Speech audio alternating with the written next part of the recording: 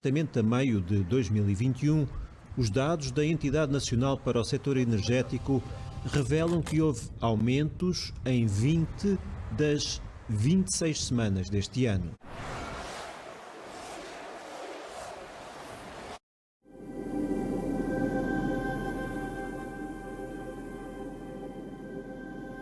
Isso é enganar-nos a todos e esconder o verdadeiro problema. Eu conheço muito bem as máquinas de marketing e de propaganda das grandes companhias que vendem eletricidade e que vendem combustíveis em Portugal e que vendem gás engarrafado. Conheço muito bem essas máquinas de propaganda.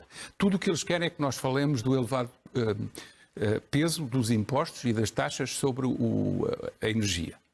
Só que são elevados. São elevados. Mas é típico de um país que não tem muitas outras fontes de rendimento para poder pagar os médicos, os polícias e os enfermeiros e por aí fora. É que esta estrutura é a mesma estrutura de quem ganha um bocadinho mais em Portugal, que nem sequer é classe média e leva com 35, 40% de impostos.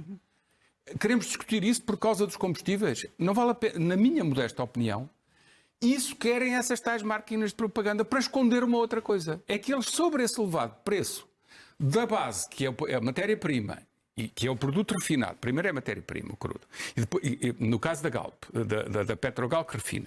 E depois no caso da Galp, que é distribuidora, eles querem discutir que de facto o crudo subiu e querem discutir que os impostos são muito elevados e querem esconder a margem, que é cada vez maior.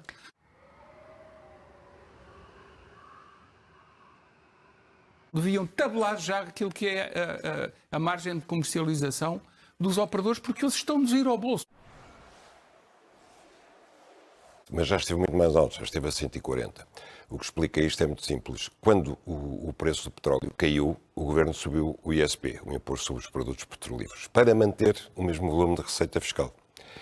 Mas, quando o preço do Brent desceu, agora que subiu, o Governo mantém a mesma taxa, a mesma proporção.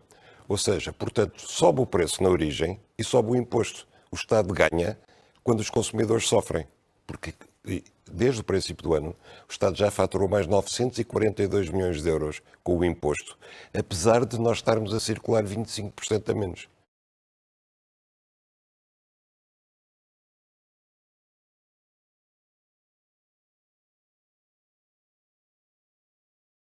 Isto é inacreditável, quer dizer, isto não é uma pessoa de boa fé. O Estado não é uma pessoa de boa fé, porque uma coisa é taxar sobre um preço fixo, outra coisa é taxar quando ele sobe, mantém a mesma taxa e, portanto, cobra mais.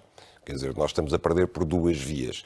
O que o Estado devia fazer era dizer qual é o limite que quer cobrar no ISP, o que está previsto no Orçamento de Estado para cada ano, e acima disso descia o imposto proporcionalmente.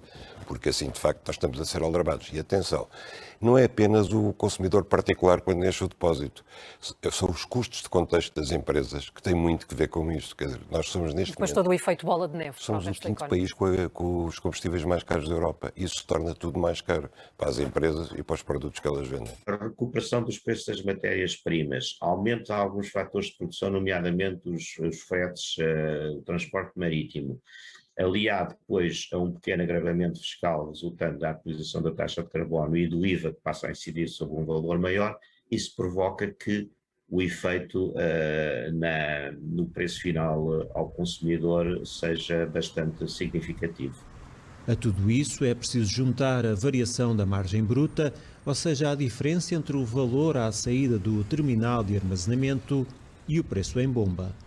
Os dados disponíveis mostram que até abril, na gasolina 95, quase metade do aumento correspondia à subida da margem bruta.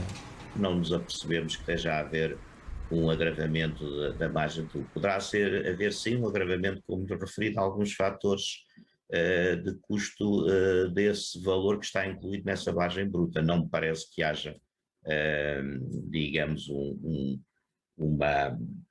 um aumento da margem líquida e, portanto, o lucro líquido que quer distribuidores, quer retalhistas têm. Sempre determinante é o peso da carga fiscal.